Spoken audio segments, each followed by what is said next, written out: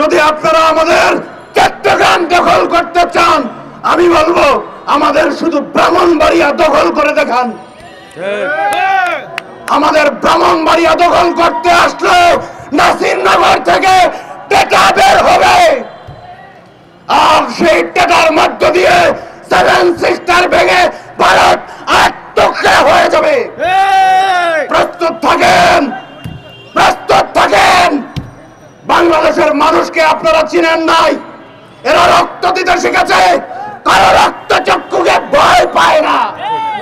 ৭১ রক্ত দিয়ে স্বাধীন হয়েছিল, ২৪ সালে রক্ত দিয়ে ভারতের লেস প্যান্সার আর্মি ফ্যাসিস্টকে পরাজিত করে ভারতে পালিয়ে যাওয়ায় বাধ্য করেছে।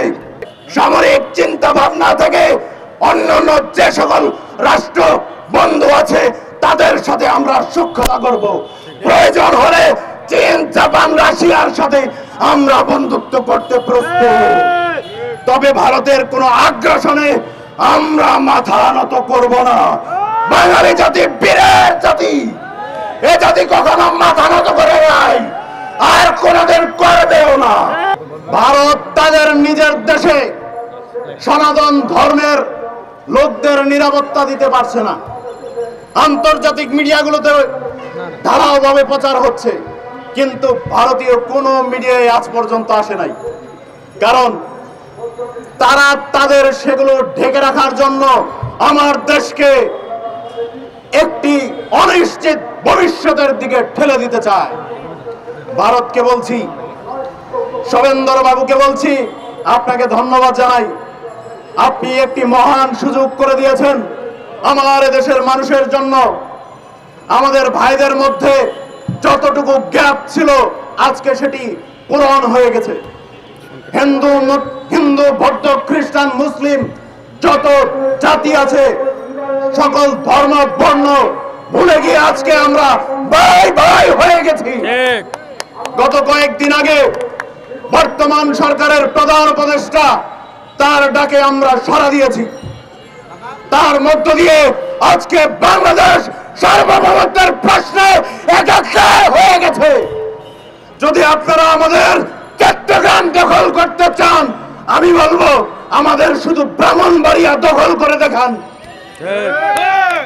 আমাদের ব্রাহ্মণবাড়িয়া দখল করতে আসলে নাসিরনগর থেকে টেকা বের হবে, আর সেই টেকার মধ্য দিয়ে সেভেন সিস্টার ভেঙে ভারত আট টুকরা হয়ে যাবে। প্রস্তুত থাকেন, প্রস্তুত থাকেন। বাংলাদেশের মানুষকে আপনারা চিনেন নাই, এরা রক্ত দিতে শিখেছে, কারো রক্ত চক্ষুকে ভয় পায় না। ৭১ রক্ত দিয়ে স্বাধীন হয়েছিল, ২৪ সালে রক্ত দিয়ে ভারতের লেস প্যান্সার আর্মি ফ্যাসিস্টকে পরাজিত করে ভারতে পালিয়ে যাওয়ায় বাধ্য করেছে। প্রিয় বন্ধুগণ, সর্বশেষ বলি, আমার সারা দেশের প্রত্যেকটি নাগরিককে বলি, আসুন আমরা আজকে থেকে ভারতের কোন পণ্য ক্রয় করব না। আমার দেশের পণ্য আমি ক্রয় করব, বৈদেশিক মুদ্রা আমার দেশে থাকবে, রিজার্ভ শক্তিশালী হবে, দেশ উন্নত হবে, ইউরোপ আমেরিকার থেকেও বেশি শক্তিশালী আমার দেশ হবে।